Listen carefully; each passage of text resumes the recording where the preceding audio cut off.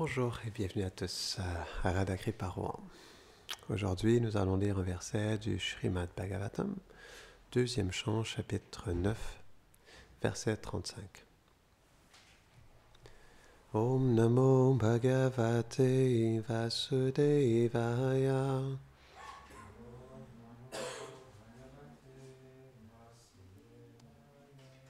Om Namo Bhagavate Vasudevaya.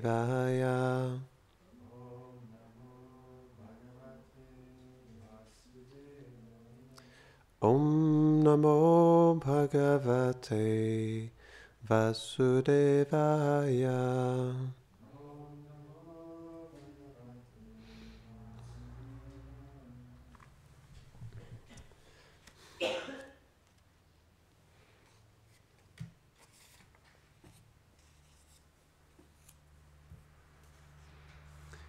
Yatamahanti Bhutani Bhuteshu Chavasechvanu Pravishtanya Pravishtani Tathateshu Natesvaham. Traduction. De la même manière que les éléments matériels qui constituent l'univers pénètrent dans le cosmos tout en y pénétrant pas, je suis simultanément en tout ce qui est créé et hors de toute chose. Commentaire. Ayant décrit Mahamaya, l'énergie illusoire matérielle qui illusionne les âmes sur leur nature éternelle en les identifiant à la matière, et Yogamaya, l'énergie illusoire spirituelle qui cache les puissances du Seigneur à ses dévots afin de leur permettre de relationner plus intimement avec lui. En prenant deux significations du verset précédent, le Seigneur décrit maintenant comment il accomplit dans le monde matériel et dans le monde spirituel ces divertissements qui sont respectivement sujets à ces énergies Mahamaya et Yogamaya. Cela répond à la question de Brahma dans le verset 28. Les corps matériels qui recouvrent les âmes sont faits d'éléments, comme l'éther, et bien qu'elles soient placées dans ces corps, elles ne se mélangent pas avec ces éléments, puisqu'elles sont d'une nature purement spirituelle. De la même manière, dans son aspect de l'âme suprême, le Seigneur est également présent dans tous les corps que revêtent les âmes conditionnées, mais il n'entre pas en relation avec la matière. La différence qui existe entre l'âme infinitésimale et l'âme suprême, c'est que l'âme est éternellement dominée par les énergies du Seigneur, alors que ces énergies sont sous son contrôle. Lorsqu'une âme devient opposée à lui, elle choisit d'être recouverte par son énergie d'illusion, Mahamaya, et de s'identifier à la matière. Dans sa miséricorde, le Seigneur l'accompagne dans son cœur en tant que l'âme suprême. Il dirige son errance jusqu'au jour où elle décide de venir à lui, de quitter cette position illusoire et de devenir son associé.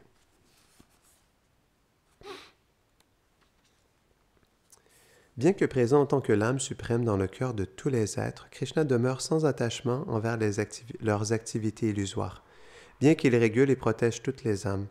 Ces divertissements ne sont pas en relation avec les éléments matériels, ni avec les êtres qui vivent illusionnés à l'intérieur du monde matériel. Il est comme un homme qui vivrait sans attachement dans sa maison. Il reste complètement détaché de cette situation comme un observateur neutre. Ce n'est que lorsque l'âme se tourne vers lui et qu'elle s'affranchit de l'illusion qu'il échange avec elle des doux sentiments d'amour. Il ne demeure situé que dans son royaume transcendantal qui est au-delà des influences de ce monde matériel et qui est constitué de pure vertu, Shuddha Sattva, ce qui implique que l'être peut ici même atteindre sa demeure et devenir complètement libéré des influences de l'énergie matérielle. Sur ce plan d'existence éternelle, il montre sa personne à ses purs dévots qui sont obéissants, qui sont entrés dans son cœur, qui ont atteint la perfection et qui s'inclinent devant lui. Il désire qu'ils boivent sa beauté avec leurs yeux, que le parfum de son corps entre dans leurs narines, que sa douce voix emplisse leurs oreilles de nectar lorsqu'il leur parle, et que les membres de leur propre corps spirituel expérimentent la douceur de son corps en les touchant ou en les étreignant. Ainsi, situé à l'intérieur de ses dévots et également à l'extérieur, il accomplit avec un grand attachement pour eux des divertissements qui sont au-delà des influences de l'énergie matérielle et qu'il ne peut abandonner. Toutes les activités que Krishna accomplit avec ses dévots sont sous l'égide de son énergie spirituelle, Yogamaya.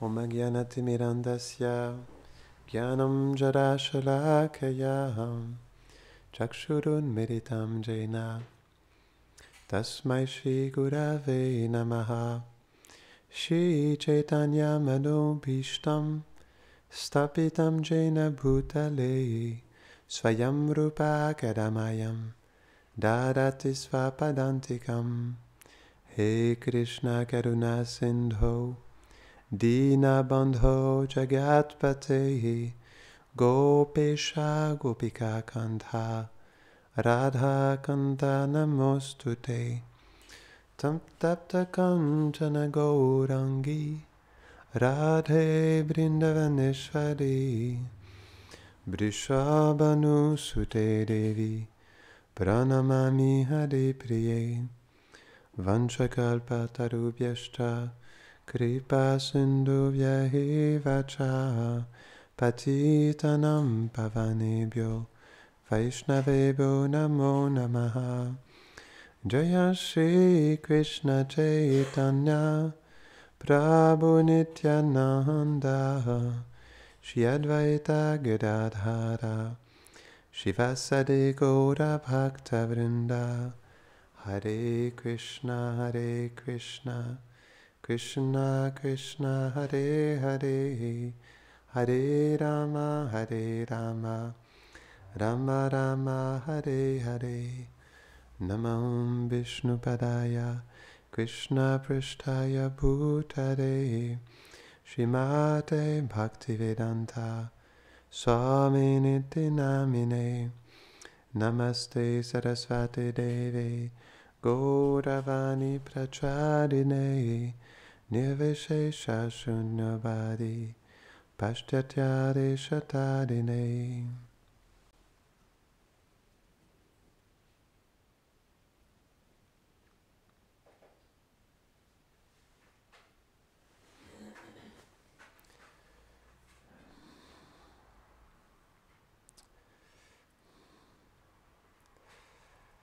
Donc c'est un verset qui est très intéressant. Il y a le même verset à peu près dans la Bhagavad Gita aussi, où Krishna, il explique qu'il est à la fois présent et à la fois il est en dehors de toute chose. Comment est-ce qu'on peut comprendre cela? Gurudev l'a bien expliqué dans son commentaire. J'aimais bien l'exemple qu'il a donné, tout comme l'homme qui est dans la maison, mais il est détaché en même temps de tout. Il faut comprendre que Krishna, il est présent en tant que l'âme suprême. Il est présent de différentes manières. Mais en tant que l'âme suprême, il est présent dans le cœur de tous les êtres vivants, il est présent dans chaque atome. Donc, il est présent. Mais comme Gurudev l'expliquait dans son commentaire, il est neutre dans ce monde. Il ne s'investit pas dans l'énergie matérielle. Et par rapport aux activités illusoires des êtres aussi, il est détaché. C'est pourquoi il dit aussi dans la Bhagavad Gita, ne me prenez pas responsable de vos activités. En tant que l'âme suprême, il est neutre, il est impartial. Il est l'observateur neutre. Il est présent dans le cœur, il est témoin. Il est le témoin, mais il sanctionne aussi toutes nos activités. Donc, en tant que le témoin, il est présent. Donc, il observe ce que nous faisons. Et en même temps, comme il est l'âme suprême et qu'il n'y a rien qui bouge sans la sanction de Krishna, c'est lui il est la cause de toute chose. Il est la cause et l'effet, mais la conséquence.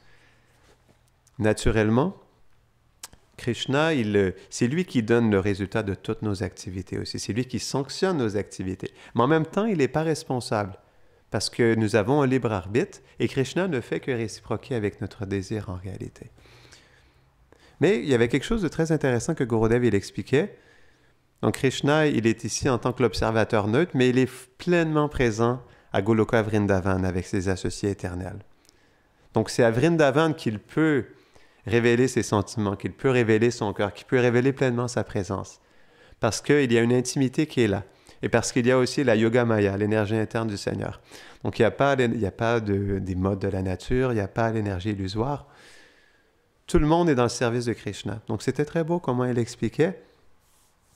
Donc Krishna, il est pleinement manifeste, pleinement ouvert à être présent avec ses associés. Et pour nous, c'est une belle méditation. Donc Krishna, comme il explique dans la Bhagavad Gita, il réciproque avec nous selon la manière dont on réciproque avec lui. Donc si on réciproque avec lui dans le sens où on engage Krishna à sanctionner nos désirs et on est juste basé là-dessus, c'est sûr que Krishna, il va rester neutre. Il va rester impartial dans le cœur. Il ne se montrera pas. Mais si on veut développer une relation avec Krishna, on doit changer notre attitude. Et c'est pourquoi la tolérance et l'humilité sont tellement importantes. On en a déjà quelquefois parlé dans le passé, mais c'est quelque chose qui est tellement, pour moi, qui est tellement beau, si on veut rester dans notre vérité. Gurudev, il avait expliqué ça un jour et c'est quelque chose qui m'a beaucoup inspiré. Il disait qu'on doit tolérer pour rester dans notre vérité. Et ça, c'est quelque chose pour nous qui est vraiment essentiel dans notre vie au quotidien. Qu'est-ce qui fait qu'on n'arrive pas à relationner personnellement avec Krishna, on n'arrive pas à avoir une présence personnelle de Krishna? C'est parce que justement, on s'investit trop dans ce monde et on n'arrive pas à tolérer.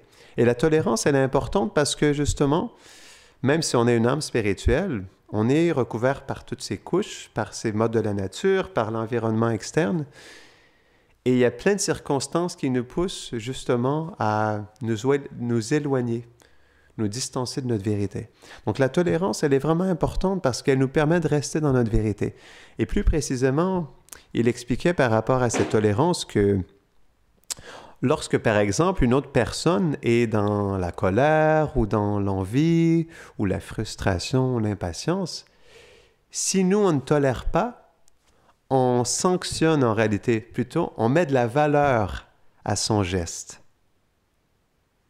Et si, par exemple, si on ne tolère pas, puis on réciproque nous aussi avec ça, ça veut dire qu'on se met nous aussi en colère, on devient nous aussi impatients, on met de la valeur au geste illusoire de l'autre personne.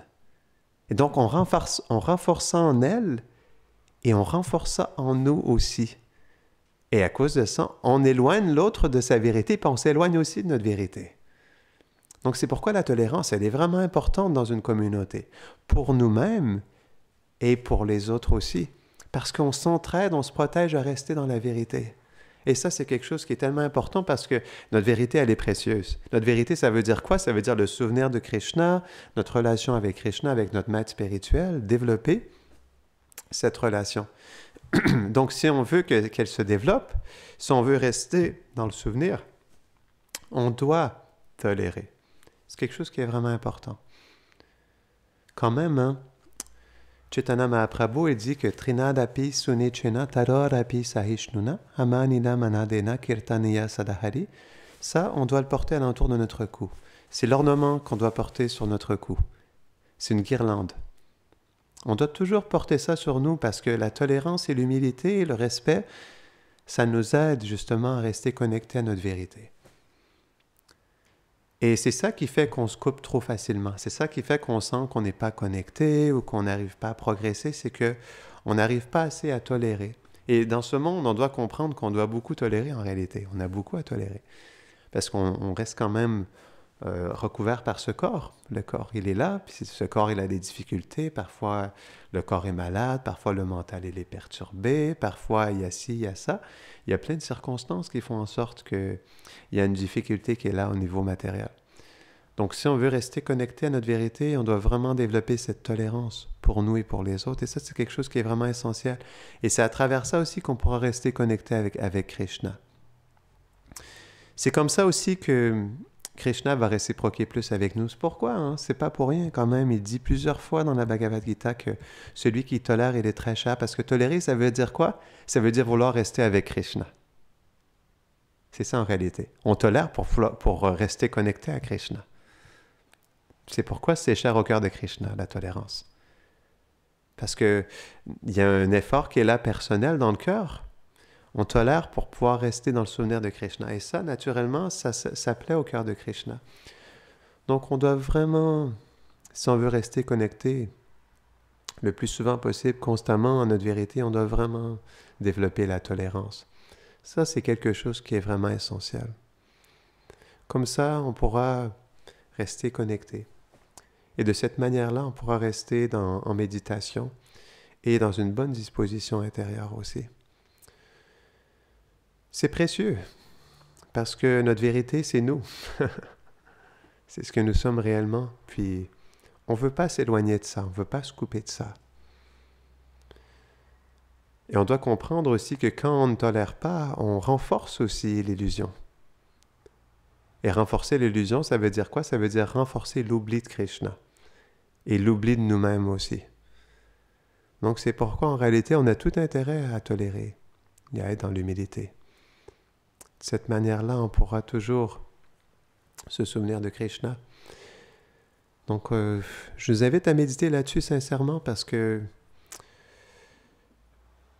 Prabhupada, il expliquait que cette vie, elle passe très vite et on doit investir du temps dans notre relation avec Krishna, dans le service de dévotion.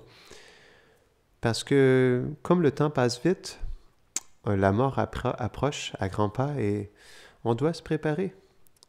En fait, la vie, c'est vraiment une préparation. Chaque jour est une préparation en réalité. On se prépare pour le test final qui est quitter notre corps.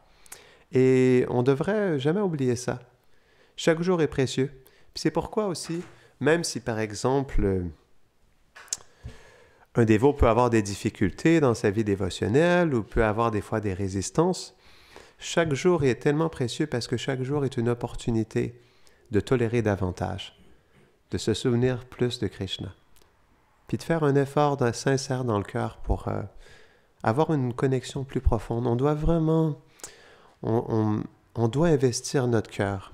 C'est comme ça qu'on pourra tolérer aussi. Puis c'est comme ça qu'il y aura une profonde inspiration dans le cœur à avoir une bonne attitude, à se disposer de la meilleure manière.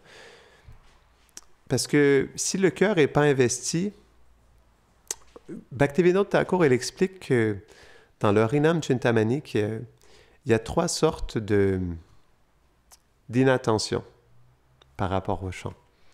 Il y a l'inattention avec le corps, les sens, par exemple, où le corps est fatigué. L'inattention avec le mental, il y a plein de pensées qui peuvent venir, mais il y a aussi l'inattention avec le cœur. Et il explique que l'inattention dans le cœur, ça veut dire qu'on est indifférent à Krishna. Ça, quand j'avais lu ça la première fois, ça m'avait fait de la peine. L'indifférence envers Krishna. C'est quand même triste. Hein? Tous les êtres dans ce monde sont indifférents à Krishna. Donc, comme il y a une indifférence qui est là dans le cœur, il y a une plus grande difficulté à investir notre cœur, à approfondir quelque chose. Donc, on doit lutter cette indifférence. Et on doit vraiment, dans notre cœur, faire un effort sincère. On doit chanter correctement, on doit prier sincèrement, on doit être présent avec une bonne disposition lorsqu'on fait le programme matinal. Parce que ce qui arrive, c'est que, le point dans tout ça, dans l'inattention, puis dans le manque de tolérance, etc., c'est que les jours passent, mais comment je progresse dans tout ça? Par exemple, si je chante pendant 10 ans avec inattention, qu'est-ce qui va se passer au bout de 10 ans? Mais si je chante pendant 10 ans avec attention, avec sincérité, j'y mets du cœur, avec toute ma sincérité possible, qu'est-ce qui va se passer au bout de 10 ans? Ça, on ne devrait pas oublier ça aussi. Parce qu'on est, comme l'âme, elle est éternelle, on est toujours au quotidien dans une expérience d'éternité. C'est pourquoi des fois, on ne se pose pas de questions. C'est pourquoi dans l'âme conditionnée, elle ne pense pas à la mort, parce que l'âme, elle est éternelle. C'est un principe, c'est quand même intéressant. Donc, c'est pourquoi on doit investir précieusement, puis on doit avoir une introspection profonde dans le cœur, on doit méditer sur tout ça, parce qu'on doit, on doit cheminer. Parce que le temps passe, et on ne s'en rend pas compte, mais les jours passent, les semaines passent, les mois passent, les années passent, et si on n'investit pas profondément notre cœur dans notre démarche spirituelle, on ne pourra pas progresser, ou on va progresser lentement. Et ce progrès, il dépend de nous en réalité. Parce que Krishna est réciproque avec le désir des êtres. Il dépend de nous. Il ne dépend pas de Krishna. Krishna, il est toujours prêt à réciproquer avec nous, mais il est réciproque selon notre sincérité, selon notre effort, selon notre disposition intérieure. Donc, si on veut que le progrès soit plus rapide, on doit justement investir plus profondément notre cœur. Et ça demande beaucoup de prières, ça demande des pleurs, ça demande une introspection. On ne peut pas rester figé. Parce que la dévotion, c'est vraiment quelque chose de dynamique. Ça bouge. Et si on veut cheminer, on doit bouger dans notre cœur aussi. On ne peut pas rester stagnant. Ça, c'est le mode de l'ignorance. L'ignorance, ça nous garde les deux pieds dans la boue. Et à cause de ça, on ne bouge pas, on reste là. Même dans le service de dévotion. Dans le Bhagavatam, c'est expliqué que le service de dévotion accompli dans l'ignorance, la passion et la vertu. Il y a le service de dévotion accompli dans la transcendance ou dans la pure vertu, comme l'expliquait le commentaire aussi. Mais si on veut que la pure vertu vienne, on doit se disposer à ce que l'énergie interne de Krishna influence davantage notre cœur, notre vie. Et pour ça, on doit se disposer dans notre cœur dans une tolérance particulière, une humilité particulière. Même si ce sont des choses qui sont très élevées, on doit aspirer à ça, on doit se disposer à ça. Et graduellement, Krishna nous aidera dans notre cœur à développer ces choses. Comme il verra notre effort, notre désir de développer ces choses, Krishna réciproquera. Et on doit avoir confiance en ça, on doit avoir confiance en la miséricorde de Krishna. Krishna peut nous aider. Par nous-mêmes, c'est vrai que c'est impossible. On est tellement petits et c'est quelque chose qui nous dépasse, cette énergie matérielle. Comme l'expliquait aussi le commentaire, on est complètement contrôlé par les énergies de Krishna, mais on peut décider d'être contrôlé par une autre énergie de Krishna. Et ça dépend de notre désir aussi. Il y a l'énergie interne, il y a l'énergie externe, mais il y a aussi l'énergie interne. Donc, on peut, comme on est une âme spirituelle, même s'il y a cette fonction de... Quand on est Tatastha Shakti, ça veut dire qu'on est facilement influençable par les énergies de Krishna. Donc, naturellement, on est facilement influençable par cette énergie matérielle. Mais aussi, on peut être facilement influençable par l'énergie interne de Krishna. Parce que ça, c'est notre nature. Mais ça va dépendre de nous. Est-ce qu'on a le désir d'être facilement influencé par l'énergie interne de Krishna? Est-ce qu'on se dispose sincèrement de cette manière pour que l'énergie spirituelle de Krishna, elle influence notre conscience? C'est pourquoi ça, on doit se poser ces questions. Puis si on sent qu'on n'est pas assez disposé, alors on doit faire un travail. C'est important. C'est vraiment un travail, la dévotion. On doit y mettre du cœur, on doit méditer dessus, on doit essayer, on doit mettre des efforts, on doit prier sincèrement. Mais on doit vraiment investir notre cœur parce que c'est ce qui va faire la différence. Parce que Krishna, il est touché par la dévotion. Et si Krishna il voit notre sincérité, notre effort, malgré nos limitations et nos difficultés, alors il sera naturellement inspiré à réciproquer davantage avec nous. Mais on doit faire l'effort personnel.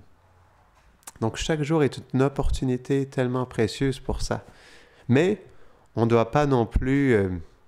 parce que il y a comme il peut y avoir justement dans le fait d'être dans l'association des dévots, d'avoir le refuge du maître spirituel, de chanter japa tous les jours, il peut y avoir cette idée que je suis bien, tout va bien.